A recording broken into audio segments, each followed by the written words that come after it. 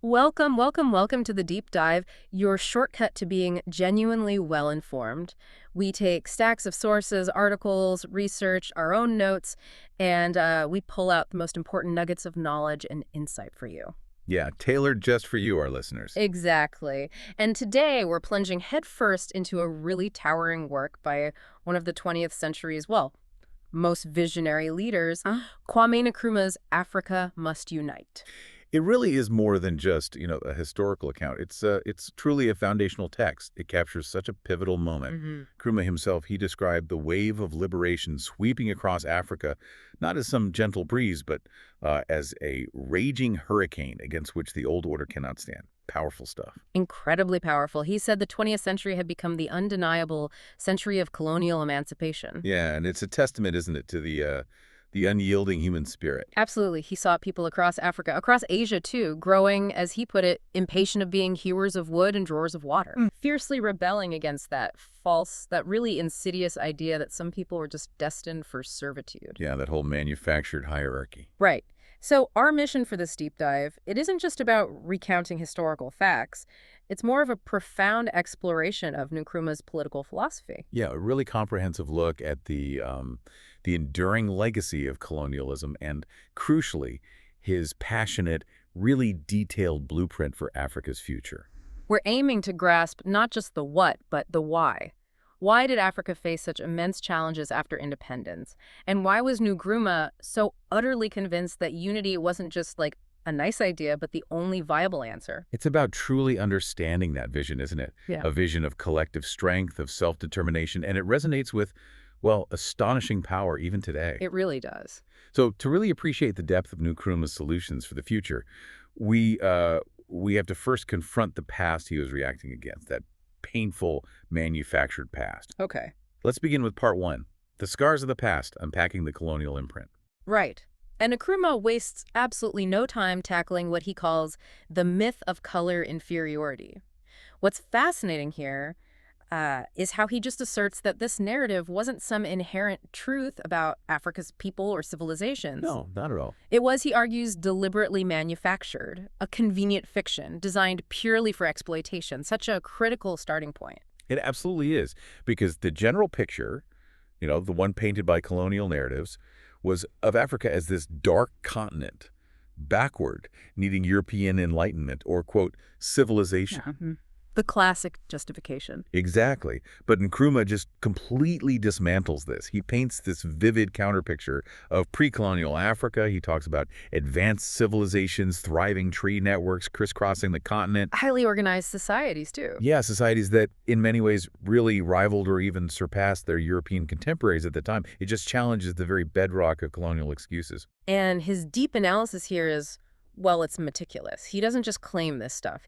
He argues that the myth of color inferiority was a direct, cynical consequence of the transatlantic slave trade. Right. It was invented after slavery began, specifically to support the subsequent rape of our continent, as he puts it, and its continuing exploitation. He details how imperialist anthropologists, and that's a key term, right? Scholars whose work served imperialist agendas, maybe intentionally, maybe not. Yeah, consciously or unconsciously supporting the system. They deliberately distorted history to prove African inferiority.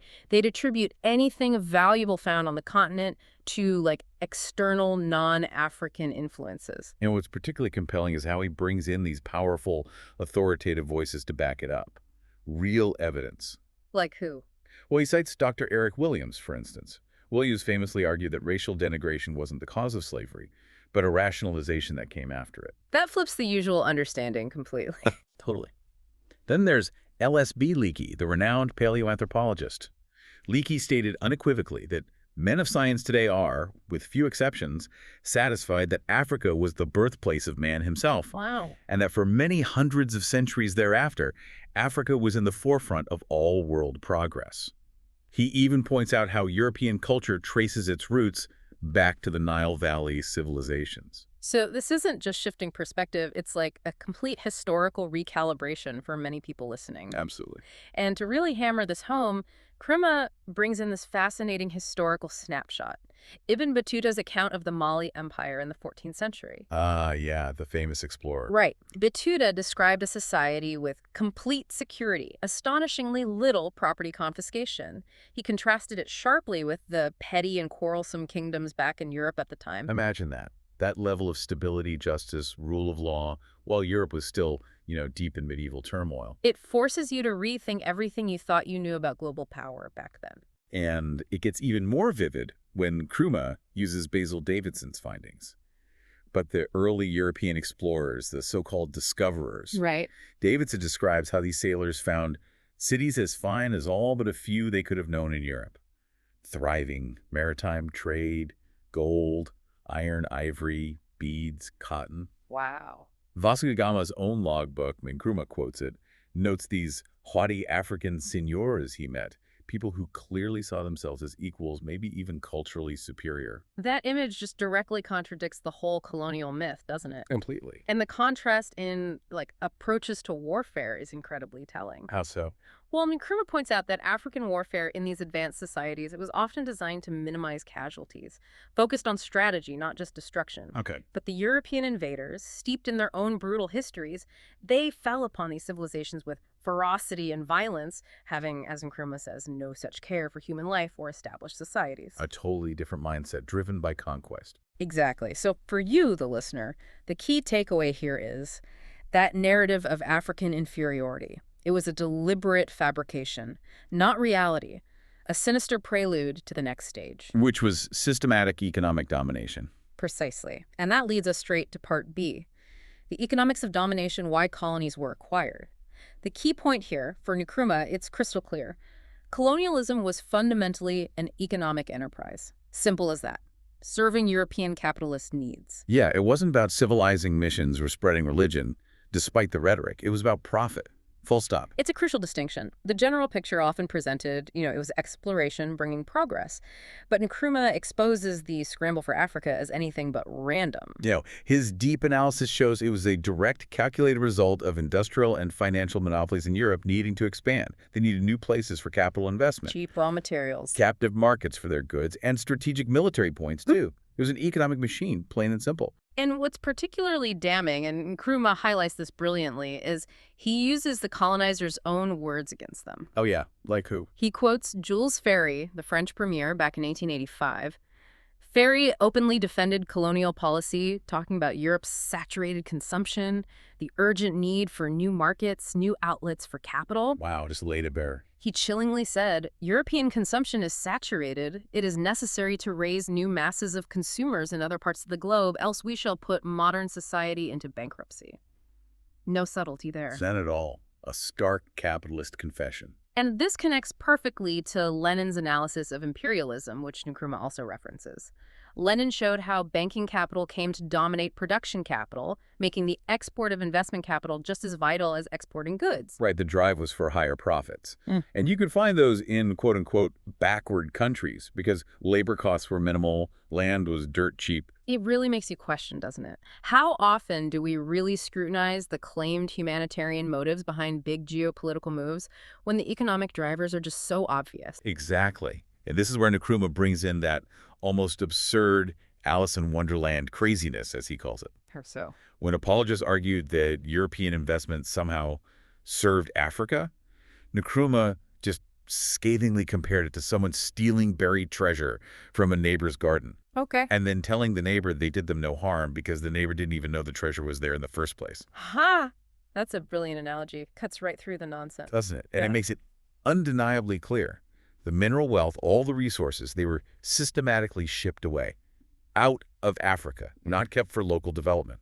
And that statistic you mentioned earlier is just mind-blowing. The aid one. Yeah. Between 1946 and 56, under the UK Colonial Development and Welfare Aid, 148 million allocated, Okay, sounds like a lot. but only 545,000 pounds, less than 0.5%, actually went to industrial development in Africa. Less than 0.5%. That says it all, really. Reveals a true exploitative intent behind the so-called aid. Absolutely. And this systemic extraction also led directly to the arbitrary drawing of boundaries, European powers just carving up the continent at the Berlin Conference. completely ignoring ethnic realities, trade routes, how societies actually worked. Right.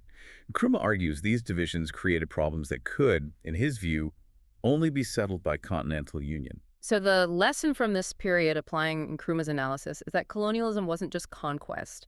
It was a deliberate, brutal economic restructuring of a whole continent designed to enrich Europe at Africa's immense cost. Exactly. So, okay, the economic motives are laid bare. But what about the human impact, the day-to-day reality?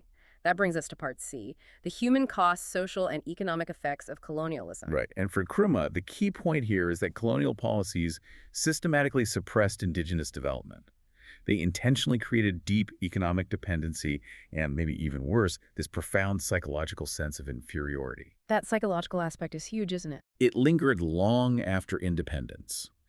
The general picture of life under colonial rule, it was unrelenting exploitation, a lack of basic services for Africans, and this deliberate discouragement of any African initiative.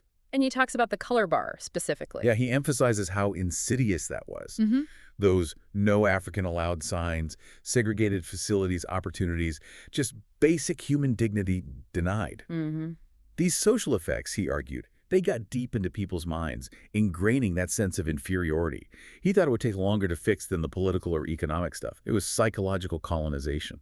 So how did they actually manage to hold back industrialization and diversified agriculture so effectively, even in places rich with resources? Well, his deep analysis points to a few key things. They imposed this system of monocrop cultivation, Meaning? forcing colonies to specialize in just one cash crop, like cocoa or cotton, made them incredibly vulnerable to price changes, which European buyers controlled. Okay. The dependency trap. Exactly. And they extracted minerals at ridiculously low prices. He talks about chiefs being persuaded, or maybe coerced, into signing away huge mineral and timber rights for purely nominal sums. Like how nominal? He mentions Nanosofori Atai, a Ghanaian chief, recalling in 1939 how brother chiefs got as little as 50 pounds for mining rights. 50 pounds for potentially millions in resources. That's just theft. Pretty much. And that Alice in Wonderland absurdity continues. Ghana, world's biggest cocoa producer, right? Not a single chocolate factory in the country. Seriously? Seriously. Or, despite having vast lime plantations, Ghana was importing bottled lime juice from the UK. That can't be accidental. Absolutely not. Well, It was deliberate policy. Keep Africa as a source of raw materials and a market for European finished goods. The stats are chilling. British interests, he estimates, took about 300 million pounds out of the Gold Coast in just 30 years, just from trading and shipping. 300 million. Wow. And the social neglect. Equally severe, intentional. Housing for Africans, abysmal. Rural water development, practically non-existent. Nkrumah noted for many communities, their idea of heaven would just be a single working village well. Basic necessities denied. Yeah. Health services were discriminatory, mostly for Europeans. This led to superstition persisting because people lacked access to modern medicine and education. And the industrial color bar you mentioned. Oh yeah, African workers in places like the Copper Belt earning maybe 1/10 of what Europeans got for the exact same job, purely based on race. And forced labor. Was that widespread? Particularly bad in the Portuguese colonies. Yeah. Nkrumah details Captain Galval's report on Angola commissioned by the Portuguese government itself, which described a system worse than simple slavery. Worse than slavery? How? Death rates as high as 40% among forced laborers. And Galval, he was in prison for writing the report, shows how inconvenient the truth was. Unbelievable. Didn't Nkrumah connect this to wire economics? He did. That report showed the Portuguese actively made treaties with South Africa to keep wages down for migrant labor, supplying a steady stream of conscripted workers, essential for low wages, preventing trade unions in the mines. So international finance was involved. Directly, U.S., U.K., French, Belgian financial groups all had interests tied to maintaining this exploitative system. It wasn't just local. It was an interconnected international setup. Keep labor cheap, keep resources flowing out. And the most devastating part, arguably. Education. Deliberate suppression. In northern Rhodesia in 1960, only 43% of African kids in school. Only 1.1% eligible for secondary education actually got it. 1.1%. In French Equatorial Africa, only 18% of school-age kids attended. Leonard Barnes, a British expert, calculated that at that rate, it'd take 700 years for Gold Coast natives just to read and write their own language. 700 years. Yeah. Just staggering neglect. And it produced this really lopsided system. Too many lawyers, for instance, because other opportunities for higher education or skilled jobs just weren't there under colonial rule. Leaving a huge gap in technicians, engineers, doctors. Exactly. A critical gap Nkrumah and others had to deal with after independence. So you can see how these realities ignited this fervent, undeniable desire for self-determination. Yeah. Applying Nkrumah's analysis here, you see systemic deprivation wasn't an oversight. It was a core strategy of colonial rule. Precisely. And that desire brings us to part two. The dawn of freedom, Ghana's experiment in nation building. Nkrumah's key insight here. Political independence was the non-negotiable first step, the absolute prerequisite for any real socioeconomic change. Without political power, nothing else was possible. Exactly. His famous slogan, "Seek ye first the political kingdom," sums it up perfectly. Right. He knew pragmatically that any genuine improvement in living conditions, better education, healthcare, infrastructure, would only come once political power was truly in African hands. And this marked a big shift in the Pan-African movement itself. Huge shift, from mainly intellectual discussions among elites to a mass-based organized struggle for liberation, something ordinary people could connect with and fight for. And Ghana's independence in 1957 was the spark. It really opened the floodgates of African freedom, as Nkrumah put it, an incredible testament to its impact. Within just 4 years, 18 other African countries followed suit. 18 countries in 4 years. Just imagine the geopolitical earthquake that caused. Unprecedented impact. Truly was. And the 1945 Fifth Pan-African Congress in Manchester, England, you can't overstate its significance. Why Manchester? It was there, Nkrumah emphasizes, that the need for well-organized, firmly knit movements became the primary focus. It wasn't just about speeches anymore. It was about organized, disciplined, mass action on the ground, laying the practical groundwork for independence movements across the continent.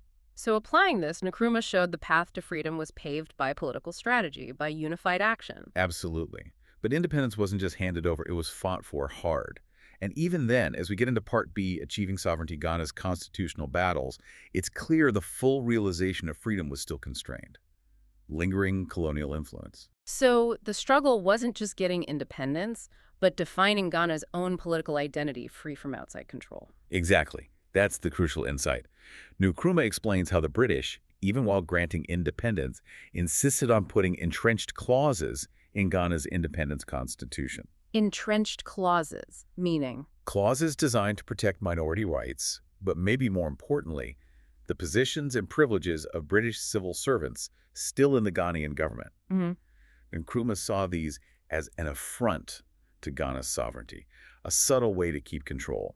But he didn't just scrap the Constitution immediately, even with a majority. No, and this shows his strategic thinking. His deep analysis was pragmatic.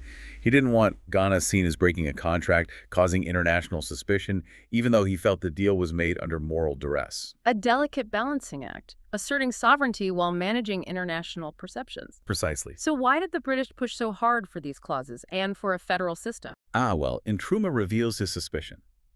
He thought the British negotiators actually preferred the opposition's push for federalism, specifically the national liberation movement's demand. Why would they prefer that?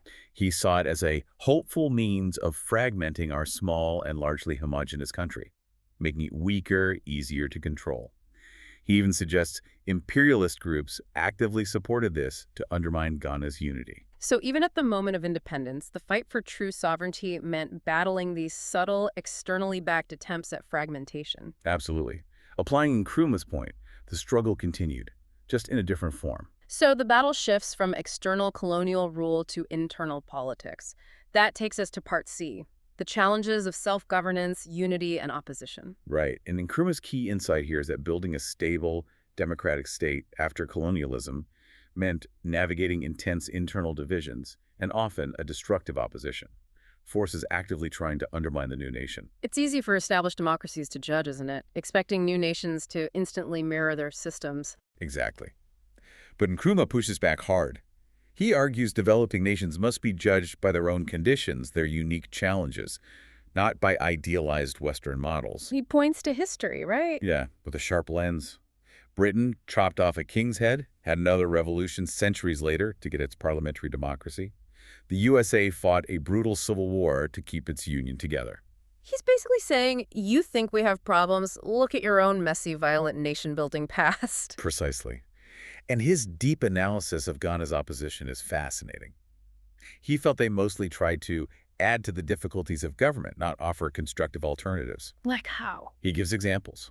Fomenting separatism in places like Ashanti, the northern region, former British Togoland, actively trying to break Ghana apart from within. He mentions the Togoland situation specifically. Yeah, the opposition supported British Togoland staying a British Trust territory against joining Ghana. But the people themselves voted overwhelmingly for union and a plebiscite, showed a stronger desire for unity among the people than the opposition leadership. And the press. He highlights what he saw as the irresponsible license of the opposition press, using screaming headlines about the perfidy of the government, abuse and libel, to actively undermine our state, our independence, and the people's faith in themselves. You can imagine his internal conflict over press censorship, having fought for free expression. Exactly. But now seeing it, in his view, used to sabotage the state he was trying to build, creating disunity.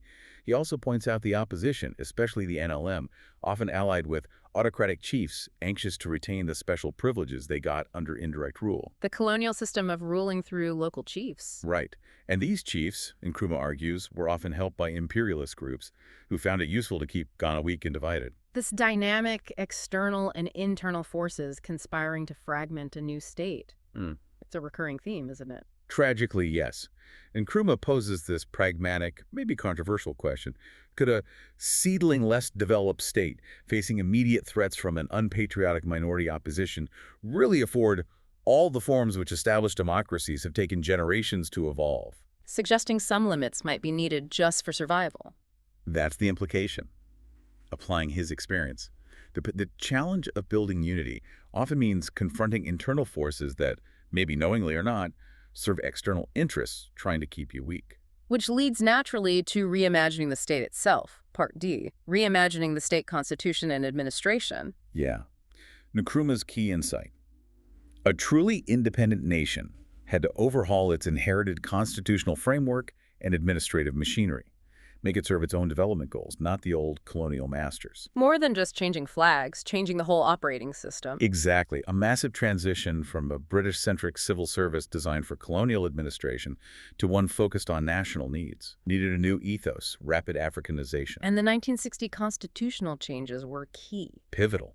Ghana became a republic. Critically, abolished allegiance to the British crown. And Nkrumah called it an anachronism, an affront to the sovereignty to have a foreign monarch as head of state. Makes sense. And he combined the roles of prime minister and president? He did. His deep analysis reasoned it was for stability and resolute leadership to enable decisive action for Ghana's development plans. He felt in Ghana's context, where people linked primacy with power, a purely symbolic head of state would be a meaningless fiction. Needing a strong, unified executive for the challenges ahead. That was his view. And what's striking, showing his bigger vision, is that statement in the new Constitution's preamble. The one about African unity. Yeah. In the hope that we may, by our actions this day, help to further the development of a union of African states. It shows his continental vision wasn't an afterthought.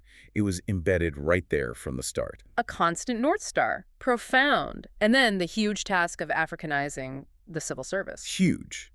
Nkrumah noted 80% of senior civil servants before independence were British. Many, he bluntly said, saw it as a form of outdoor relief for the sons of the British middle class. Ouch. His goal, replace them with trained Africans ASAP, but also strategically keep loyal Brits committed to working for Ghana.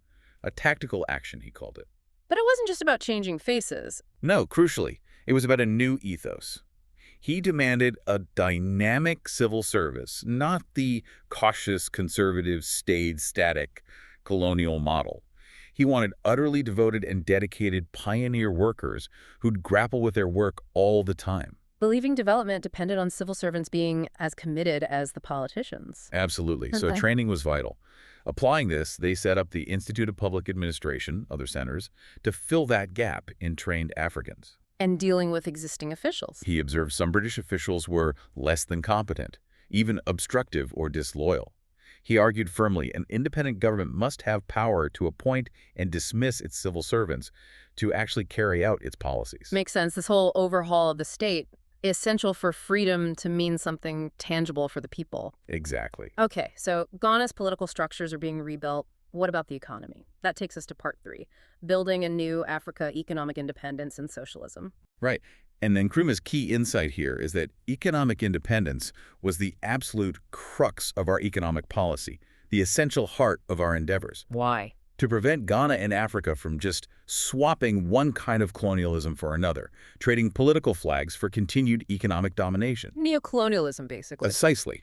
This meant Ghana making a deliberate, radical shift from being just a raw material producer and captive market to becoming a diversified, industrialized economy. And he pushed back against the idea that Africa lacked resources for this. Vehemently. He cited UN reports confirming Africa's vast potential iron ore, coal, oil, huge hydropower, bauxite. He asserted Africa was probably better equipped for industrialization than almost any other region in the world. So the potential was there. How did he view foreign aid in this context? His deep analysis here is critical. He fiercely distinguished between aid with strings attached, which he saw as neo-colonialism, maintaining dependency, and real aid. What defined real aid for him? Direct gifts or loans on genuinely favorable terms, absolutely without strings attached. Letting the borrowing country keep full control of its assets, its development path, and the freedom to buy what it needed from any source, not just the donor. That insight feels incredibly relevant even today, looking at international development. Absolutely. So to apply this vision on the ground, Ghana launched ambitious plan development.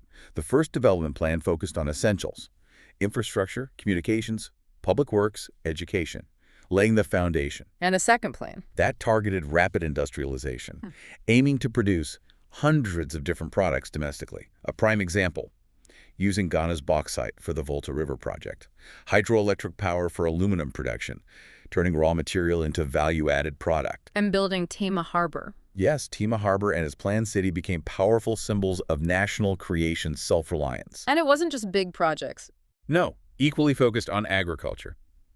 Diversifying away from vulnerable monocrop cocoa, remember the price manipulation, to new cash and food crops. Using modern techniques, irrigation. Investing in cotton, a modern fishing industry, to tackle malnutrition and cut food imports. The industrial creation sounds ambitious. Incredibly, Nkrumah notes over 60 new factories opened in 1961 alone.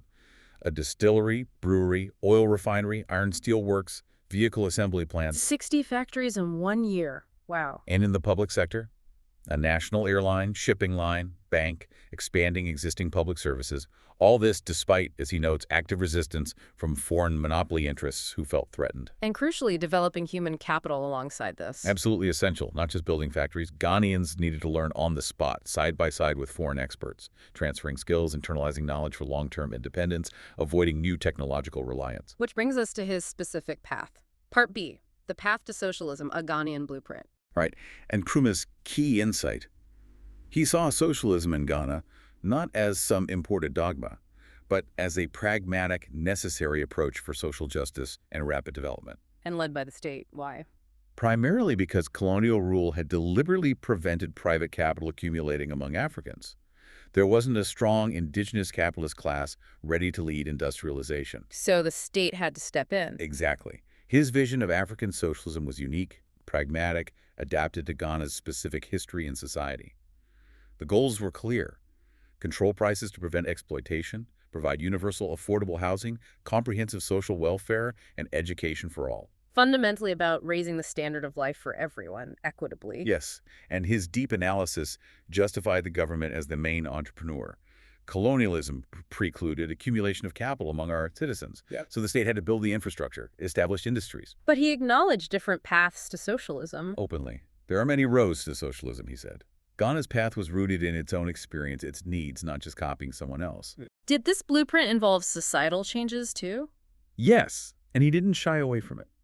He talked about needing to reform traditional habits, nepotism, polygamy, certain inheritance laws that, while culturally ingrained, he argued, could slow down productivity, capital formation, national savings. Challenging internal norms for collective progress. That's bold. He even cited post-WWII, Japan's legal reforms promoting smaller families, as an example of releasing individual initiative for national economic expansion. So how did they apply this blueprint on the ground? Central planning was key, an overall plan to unify and discipline all economic activity, boost productivity, capital formation efficiently, ensure everyone pulled towards a national goal. And education was central again. Absolutely.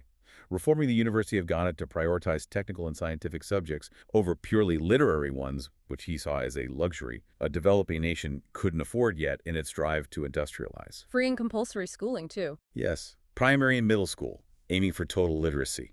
Emergency teacher training centers to quickly staff the new system, addressing that personnel shortage. And social mobilization. You mentioned the Workers' Brigade. Right. 12,000 young men and women, trained in discipline, responsibility, and citizenship, actively involved in community projects, co-op agriculture, preparing them for industrialization, nation building, instilling a new work ethic, collective purpose. And the party's role, the CPP. As the vanguard, the disciplined leader, openly linked with trade unions, ensuring mass consultation, ideological education.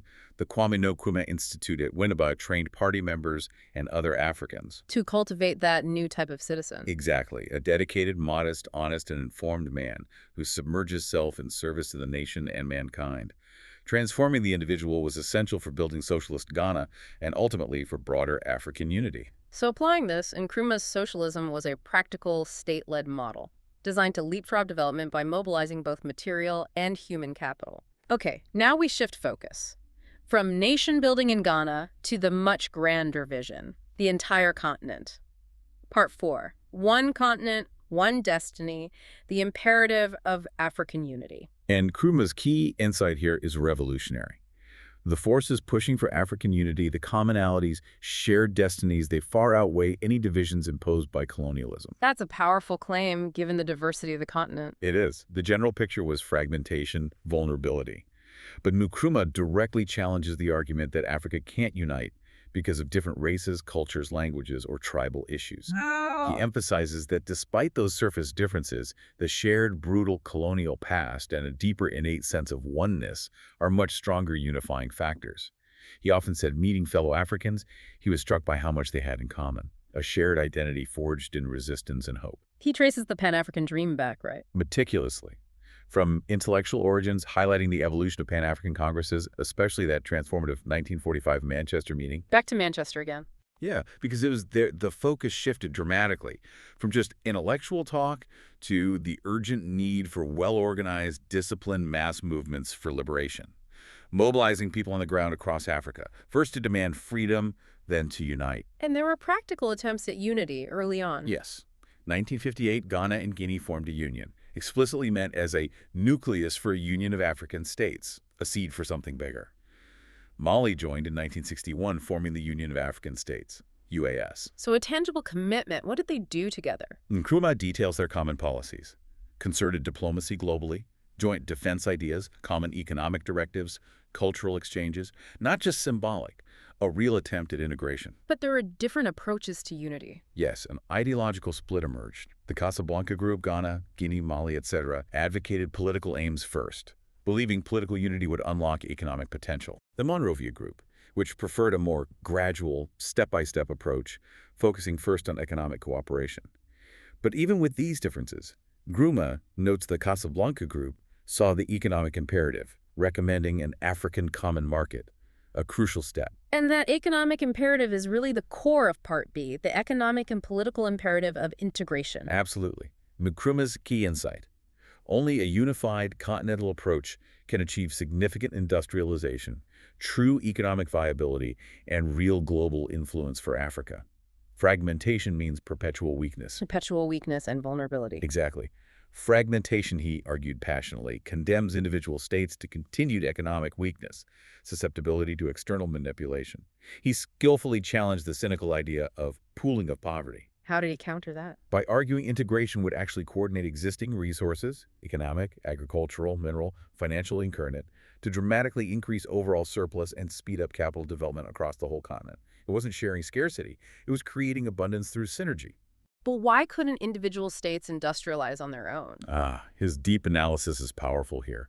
He asserts that advancing science, new technologies, modern economic realities demand large expanses of land, with variegated natural resources and massive populations for full-scale industrialization to be profitable and sustainable. And no single African state had that optimal combination. In his view, no. Ghana had bauxite, sure, but needed continent-scale hydropower and markets to make aluminum production truly viable. It required scale. So how would this grand vision be applied continent-wide? Sweeping continental economic planning, eliminating internal customs barriers, a common currency across Africa. He envisioned an African Development Institute in Dakar, a hub to train economists, provide experts, coordinate research and policies, stop fragmented, redundant work in individual nations, optimize collective brainpower and capital. And unified infrastructure. Essential. Continent-wide road, rail, air, sea systems, reversing that colonial pattern of outward-pointed communications that just served extraction to European ports. And a common selling policy, like for cocoa. Exactly. Ghana and Nigeria produced half the world's cocoa. Unite their selling policy. They could command much better prices globally, and then, crucially, direct those funds into fundamental industrialism instead of being played off against each other. A unified market would also attract more investment. Far more attraction, better guarantees for outside investment than small, fragmented states could offer. Plus, continental central planning could coordinate resources to actively eliminate regional disparities created by colonialism, foster balanced development. It wasn't idealism. It was calculated, pragmatic strategy for collective prosperity. But even after independence, this new threat emerged. Neo-colonialism, Part C. The insidious threat of neo-colonialism. Right. Nkrumah's key insight. Neo-colonialism is subtler, more insidious. Using economic diplomatic means to maintain dependency, extract wealth, without the messy politics of direct rule. Colonialism in disguise. A constant struggle Africa still faces. Absolutely. The general picture he paints. Newly independent nations facing new manipulation tactics designed to keep Africa divided, subservient. Formerly independent client states become pawns of former colonial powers. Through pacts, military bases, manipulated aid that often serves the donor more. He mentioned France specifically. Yeah, France's policy of keeping former colonies as tightly closed preserves. French aid agencies often siphon funds straight back to France for materials, services, enriching the former colonizer, maintaining dependency. And he identified balkanization fragmentation as a key strategy. As the new imperialism, exploiting internal divisions, moderates versus extremists to prevent real unity, and the European common market. For Nkrumah, an outstanding example of this. How so? Designed primarily for European welfare, he argued, perpetuating colonial privileges using discriminatory tariffs, the promise of aid, creating a heads-I-win, tails-you-lose policy for African states. Forcing them to betray non-alignment, indirectly support imperialist actions elsewhere? That was his fear. He quotes Walt Whitman Rostow from the U.S. State Department talking about buying time to protect crucial pieces of real estate in underdeveloped areas via specific projects, not national plans. Nkrumah saw that as revealing the true intent, strategic interests over holistic development. Maintaining control of resources without the hassle of direct rule, shifting the admin burden to the new states. Precisely. And he highlighted the connections financial ideological between white minority regimes in South Africa, Rhodesia, and Portuguese Anglo-Mozambique, all building military machines to crush African nationalism, a direct threat. Showing continued, active, violent opposition to true African self-determination even after Independence Day. Applying Nkrumah's analysis here forces us constantly scrutinize the real intentions behind international deals, especially when they seem to reinforce old power imbalances. Absolutely critical. So facing all these challenges, Africa needed a strong, unified voice globally. Part D, Africa and World Affairs, a united voice for peace. And Nkrumah's key insight is powerful. A united Africa would wield significant influence internationally, transforming from a victim of external conflicts into a powerful force for global peace and non-alignment. How would that work? A single, unified African representation in bodies like the UN would be infinitely more influential than fragmented voices easily played against each other. Unity, he argued, would inherently eliminate those arbitrary colonial frontiers, make them irrelevant. Remove the need for foreign military bases. Exactly. And free up the suicidal financial burden of individual military spending. Money that could go into education, health, infrastructure. He pointed to Ghana's early actions. Yeah, illustrating the potential. Africa's growing influence was already visible at the UN, driving resolutions like the Declaration on the Granting of Independence to Colonial Countries and Peoples. Ghana supported UN intervention in the Congo, refused to withdraw troops, aiming to strengthen UN authority. A commitment to a unified international front. He also critiqued the UN structure itself. Sharply. Called the Security Council undemocratic and discriminatory, not reflecting real-world power dynamics. Suggested a third deputy secretary general from non-aligned nations to represent that major political stream. And non-alignment was a strategic choice. Definitely. To avoid being sucked into Cold War politics. To focus on their own development and the broader cause of peace. For Nkrumah, global peace and the complete liquidation of colonialism were undeniably intertwined. So applying this, Nkrumah's vision shows collective diplomatic power isn't just additive, it's exponential. Well put. But Nkrumah wasn't just theorizing, he looked at history. Party lessons from history, major unions of states. Right, his key insight. Historical precedents clearly show political union is the foundation for vast economic and social progress. He used history to prove unity's transformative power. Which examples did he use? The United States started as a voluntary union of 13 states. That political union led to immense economic expansion, global power. He recalled Lincoln's paramount goal in the Civil War, save the Union, showing how vital unity was seen for national power, economic progress. And the Soviet Union, a different model. Very different. But Nkrumah noted how it forged continental unity while theoretically keeping national sovereignty for federal states, achieving remarkable dynamism, rapid industrialization, from backwardness through centralized planning. He highlighted its growth, showing disparate peoples could be welded into a mighty power relatively quickly. His focus was on the functional success of a large union for development, regardless of ideology. But he also offered cautionary tales. Crucial ones, Canada and Australia. Unions, yes, but didn't achieve the same tremendous surge as the USA or USSR. He blamed unique geography, demographics, vast unproductive land, and significantly, their continued deep ties to external economies staying in the orbit of American monopoly capitalism. Highlighting the danger of incomplete economic autonomy, even within a union. Exactly. And even more direct warnings. Failed federations closer to home. The unhappy results of disunity in South America. Bolivar's grand vision failed due to personal ambitions and jealousies, leading to dissidence and sloth, hindering development. And the West Indies? The sorry spectacle of political jugglery, he called it.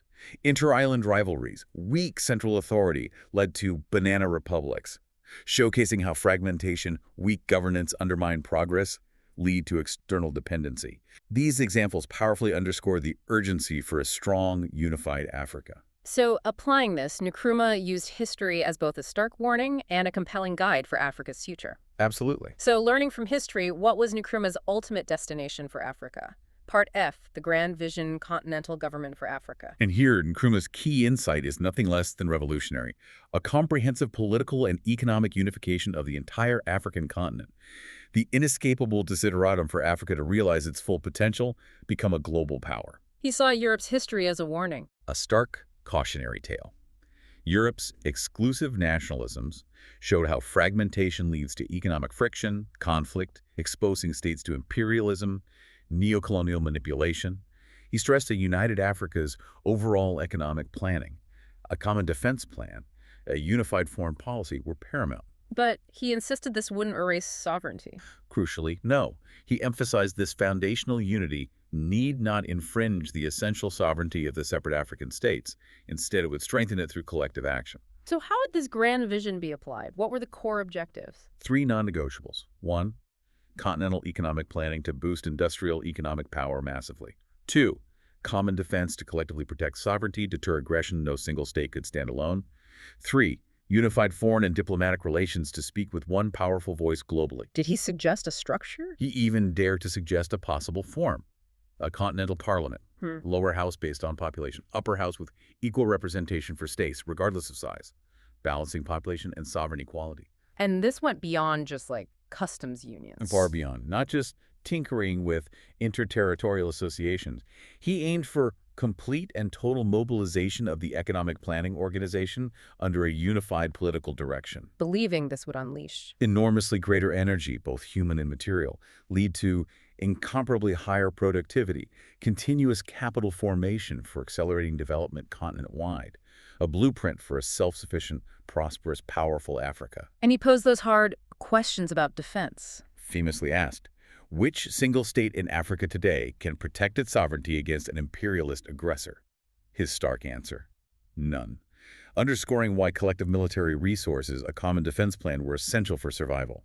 The only way he felt to stop South Africa and others achieving their diabolical aims of crushing African nationalism. So ultimately, this grand vision wasn't just about overcoming colonialism's scars or neo-colonialism's threats. No. It was about creating a formidable global power, a force for peace, justice, progress, built entirely on collective strength, self-determination, leading to that complete and total mobilization of Africa's immense potential. Applying this, Nkrumah gives a masterclass in why, for developing regions, political and economic integration isn't just nice to have, it's a strategic necessity. And there you have it, our deep dive into Kwame Nkrumah's Africa Must Unite. We've journeyed from pre-colonial greatness through the exploitation of colonialism, Ghana's fight for independence, the challenges of nation building. And finally, Nkrumah's powerful, really meticulously argued case for an economically and politically united Africa. His insights into neo-colonialism, those subtle economic and diplomatic means used to maintain dependency and the structural barriers to real development, they remain incredibly relevant today, wouldn't you say? Absolutely. The book is both a stark warning and a compelling blueprint for any nation, any continent, grappling with legacies of exploitation and trying to achieve true self-determination. So, what does this all mean for you, our listener, and for us in today's world? It's interconnected, sure, but also deeply fragmented. Yeah. Consider this.